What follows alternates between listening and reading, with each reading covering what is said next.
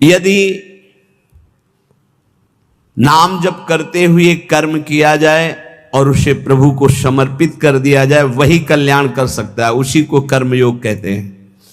अगर नाम जप नहीं और प्रभु को समर्पित नहीं किया गया तो नैष्कर्ममप्यच्युत भाववर्जितम न शोभते ज्ञान मलम निरंजनम कुतः पुनः शाश्वत भद्रमीश्वरे न चार्पितम कर्म यद्यप्य कारणम।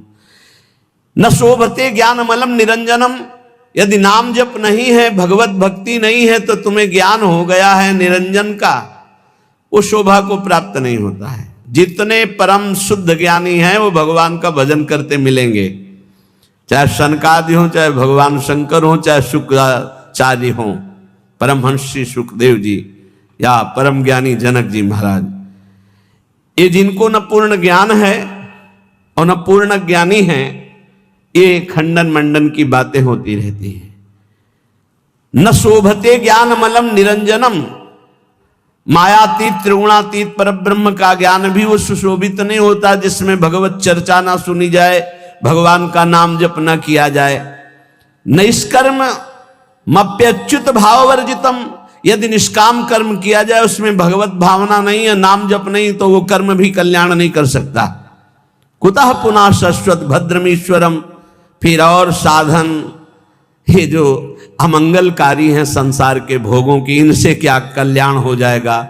ये जो कामना कृत कर्म, कर्म कृत कामना, ये तो बंधनकारी हैं। जो निष्काम कर्म भी हैं, यदि वो भगवद अर्पित ना किए जाएं तो लाभ नहीं मिलेगा। इसका भाव समझिए।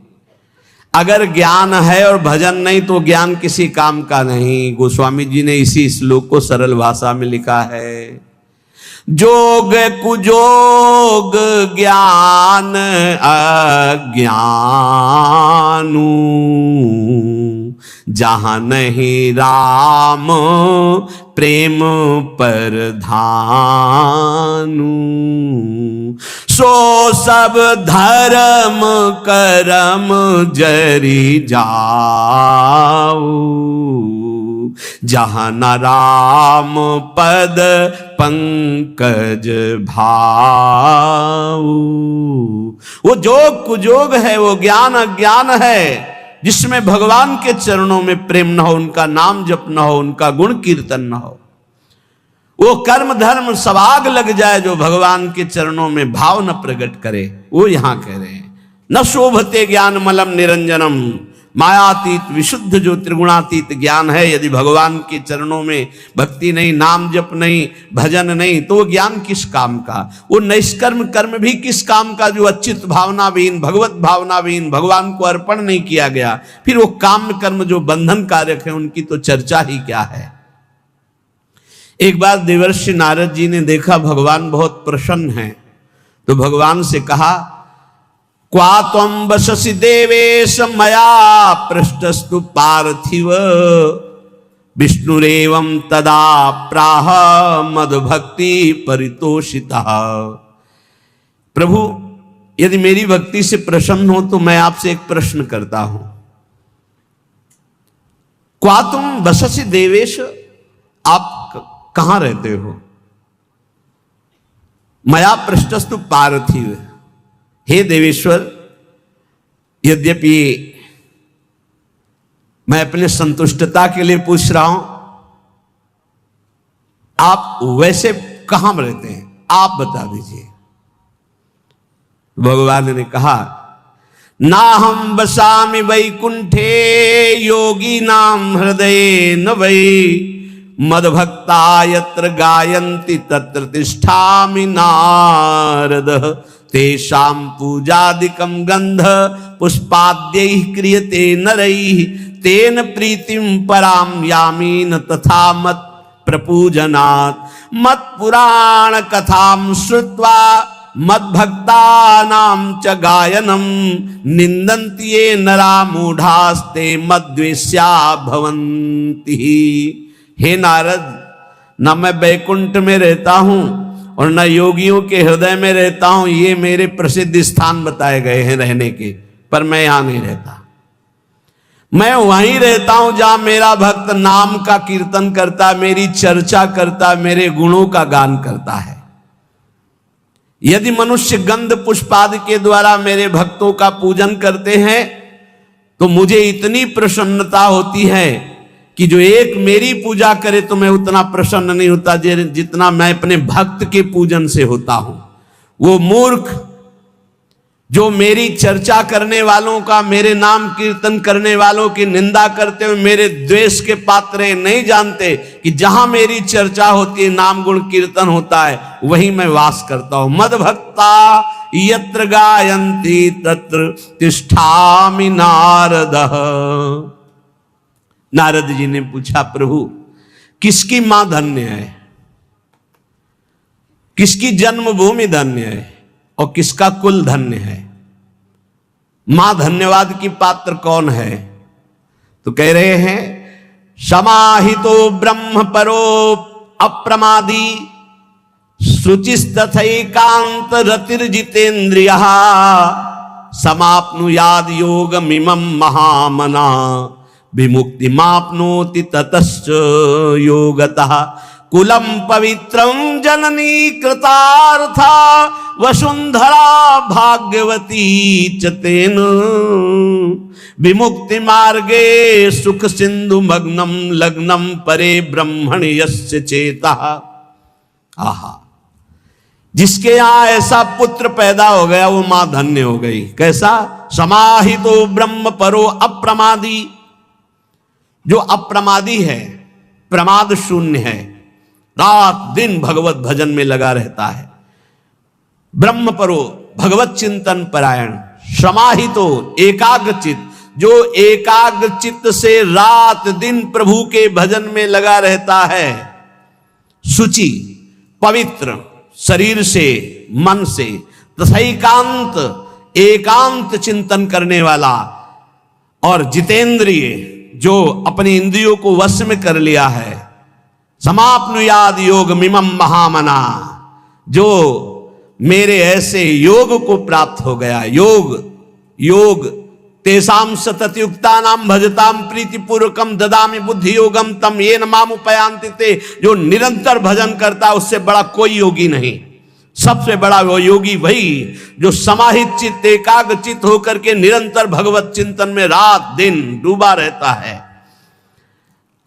ऐसा जो मेरा भक्त है तो कुलम पवित्रम, उसका कुल पवित्र हो गया। सो कुल धन्य उमासुन जगत पूज्य सुपनीत, संपूर्ण जगत का बंदनी कुल हो गया जिसके यहां ऐसा बेटा पैदा हुआ जो रात दिन भजन करने वाला। कुलम पवित्रम, कुल का कुल पवित्र हो। जननी कृतार्थ था, वो मां कहलाने योग्य है। जिसके ऐसा बेटा पैदा हुआ वो कृतार्थ है। श्री सेवक जी महाराज के नाम प्रसंग कहत उपदेश, जाया धर्म धन्य सो देश, धन्य सुकुल जेहि जन्म भयो, धन्य सुतात धन्य सो माए, संतत सकल सुनहु चित लाए, श्री हरिवंश प्रताप जस। वो देश धन्य, वो कुल धर्म, वो माता धन्य, वो पिता धन्य जिसके यहां नाम जापक प्रकट हो गया। रात दिन समाहितो ब्रह्म परो अप्रमादी, शुचिस्तथैकांत रतिर्जितेन्द्रियः, समाप्नुयाद योग मिमम महामना, विमुक्ति माप्नोति ततश्च योगतः। तो कुलम पवित्रम जननी कृतार्था, वसुंधरा भाग्यवती च तेन। धन्य है वो भूमि, तीर्थ हो जाता है जहां भक्त प्रकट होता है, वो भूमि बंदनी हो जाती है। भगवान शंकर जी एक बार एक जगह प्रणाम कर रहे थे तो पार्वती ने पूछा ये कौन सा तीर्थ स्थल है? तो उनका तीर्थ स्थल नहीं है, 1 सहस्त्र वर्ष बाद यहां एक भक्त पैदा होगा, 1000 वर्ष बाद, इसलिए मैं इस भूमि को प्रणाम करता हूं कि यहां एक महाभागवत प्रकट होगा। जिस भूमि में भागवत प्रकट होना है तो परम वैष्णवाचार्य भगवान श्री उस भूमि को नमन करते हैं। जो हरि का भजन करने वाले भगवान शंकर बहुत प्यार करते हैं उनको। मार्कंडे जी को बुलाए, भगवान शिव और पार्वती दर्शन देने गए तो उन्होंने पूछा कभी ध्यान नहीं किया आपका, कभी बुलाया नहीं, आप क्यों आए प्रभु? तो उनका जो मेरे हरि का भजन करता है उस पर मैं बहुत द्रवित होता हूं और अपने आप कृपा करता हूं। तो धन्य है उसकी मां जिसके ऐसा पुत्र पैदा हुआ रात दिन भजन करने वाला। नहीं तो एक मां ऐसी भी है जो अभी सुनाया हमने कि एकांतिक में वो कह रहे थे कि माँ ने मोबाइल तोड़ दिया, अगर सत्संग सुनोगे तो मोबाइल तोड़ दिया। पिता ने कहा कि तुम्हें हमारी कसम अगर वृंदावन गए बाबा की बात सुनी। तो ये भी बात है एक। और एक वो है जो जननी करतार था, एक माँ आई थी और उसने बताया कि हमारे बेटे, तो बेटे ने कहा कि अब दोबारा हमारे सामने मत आना, मैं आपको प्रणाम करता हूं क्योंकि आप आती हो तो हमारे मन में विक्षेप होता है। बोले हमने भी निश्चय किया कि अपने बेटे को अब कभी विक्षेप नहीं, मैं भले ही राधा केलकुंज में किसी जगह छुप के उसको देख लूं लेकिन अब कभी सामने नहीं जाऊंगी महाराज जी। वो भी शिष्य है, तो उनका धन्य है आपकी ये त्याग निष्ठा जिससे उसका भी, और वो श्री जी की सेवा में रात दिन बना रहता है। ये है निष्ठाएं, ये है जननी, पवित्र जननी जिनकी कोख पवित्र हो गई, जिनका जीवन धारण करना पवित्र हो गया, गर्भ धारण करना पवित्र हो गया। जननी करतार था। जब श्री ध्रुव जी परम पद पर आरूढ़ होने के लिए विमान पर विराजमान हुए तो उनको याद आई अपनी मां, और भगवत पार्षदों से कहा मेरी मां की क्या गति होगी, क्योंकि मैं अपनी मां का अकेला पुत्र हूं, कोई मां का प्यार करने वाला नहीं था। महाराज तो सुरुचि को प्यार करते थे, तो मेरी मां की क्या दशा हुई होगी। तो उनका वो जो आपसे भी तीव्र गति से चमकता हुआ विमान आगे जा रहा है उसमें आपकी मां जा रही भगवान के धाम को। अश्रु आ गए कि भगवान आप कितने कृपालु हैं। प्रहलाद जी ने जब देखा कि भगवान नरसिंह प्रसन्न हुए तो उनका प्रभु वैसे तो मांगने की कोई इच्छा नहीं पर एक जानने की इच्छा है। मेरा पिता कहलाने वाला हिरण्यकश्यप आपसे द्रोह करता है, आपकी निंदा की तो उसे अवश्य नरकों की प्राप्ति होगी। नाथ क्या पिता कहलाने का अधिकार उनको प्राप्त हुआ इस शरीर का, तो क्या प्रभु उनकी नरक से उद्धार हो जाएगा? तो उनका तुम्हारे जैसा पुत्र जिसका हो 21 पीढ़ियां परम पद पे चली जाती। हिरण्यकश्यप तो मेरा पार्षद है, मेरी केवल लीला के लिए वो ऐसा कर रहा है, वो तो परम पद का अधिकारी था, है और रहेगा। अरे तेरे जैसा भक्त पैदा हो जाए तो 21 पीढ़ियां उस कुल की उद्धार हो जाती है। जननी करतार था। अब वैष्णव किसे कहते हैं, कैसे आचरण हो जिन्हें वैष्णव कहा जाता है, बहुत सुंदर देवर्षि नारद जी परम वैष्णवाचार्य हैं, वो वर्णन करते हैं।